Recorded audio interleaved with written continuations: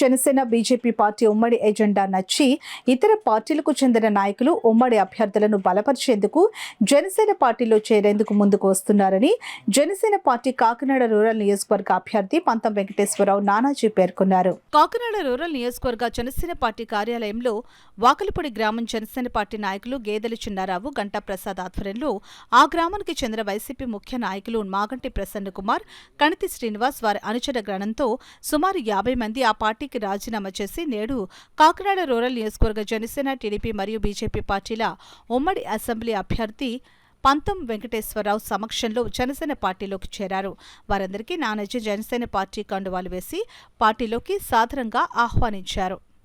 ఇవాళ current, mines దోపిడీ, ఇసుక దోపిడీ, గ్రావెల్ దోపిడీ, రేట్లు, మౌలిక సదుపాయాలు ఇవన్నీ కూడా మీరు ప్రజల్లోకి వెళ్ళి చెప్పాలి. జాయిన్ అయిన తర్వాత జై జనసేన, జై పవన్ కళ్యాణ్ అనే ఒక నినాదం సరిపోదు.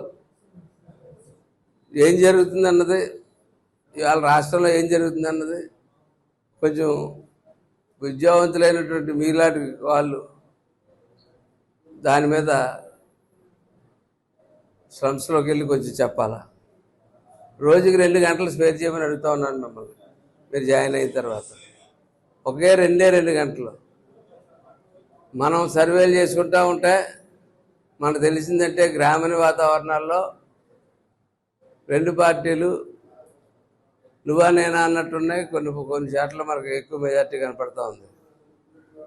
పట్టణ ప్రాంతాల వచ్చేలోకి 1,30,000 ఓటు ఉన్నటువంటి పట్టణ ప్రాంతాల వచ్చేలోకి 60 to 70% ఓటు మనకు వేయడానికి ప్రజలు సిద్ధంగా ఉన్నారు. కానీ వాళ్ళు ఓటింగ్కి రావట్లా సరిగ్గా. అక్కడ వచ్చిన పర్సంటేజ్ ఆఫ్ ఓటింగ్, ఇక్కడ పర్సంటేజ్ ఆఫ్ ఓటింగ్ ఓటింగ్ బూత్కి వెళ్ళట్లా.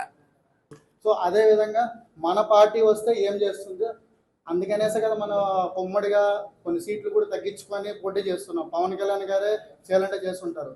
సో మన వాకలపూడిలో ఏంటంటే చాలా సమస్యలు ఉన్నాయి. ఇండస్ట్రియల్గా కానీ, తర్వాత డ్రైనేజ్ ఇష్యూస్ కానీ, తర్వాత ఈ ఫ్లాట్లు కానీ, దౌర్జన్యాలు కానీ చాలా జరుగుతున్నాయి. సో మన వాకలపూడి ఏరియాలో మనం ప్రతి ఒక్కరు ఇంటింటికి ప్రచారం చేసి, ముసలి వాళ్ళు ఉంటారు, చిన్నవాళ్ళు ఉంటారు, అందరికీ మనం చెప్పుకొని కలుపుకొలతనంగా అందరం కలిసి సమిష్టిగా వెళ్తూ ప్రతి ఒక్కరూ ఓటింగ్ వేస్తూ అది కూడా మన పార్టీకే వేసేలాగా ప్రయత్నం చేయాలని నేను కోరుకుంటున్నాను. సో సార్ని మాత్రం బంపర్ మెజారిటీతో గెలిపించాలని కోరుకుంటున్నాను. పోయినసారి సార్కి 40,000 ఓటు వచ్చింది. కౌంట్ నెంబర్ కూడా నేను గుర్తుపెట్టుకున్నాను. సో ఆ విధంగా సార్ని మాత్రం ఈసారి మనకి ఖచ్చితంగా ఎట్టి పరిస్థితుల్లో అసెంబ్లీకి పంపించి పంతం నానాజీ గారి నాయకత్వాన్ని మనం బలపరచాలి.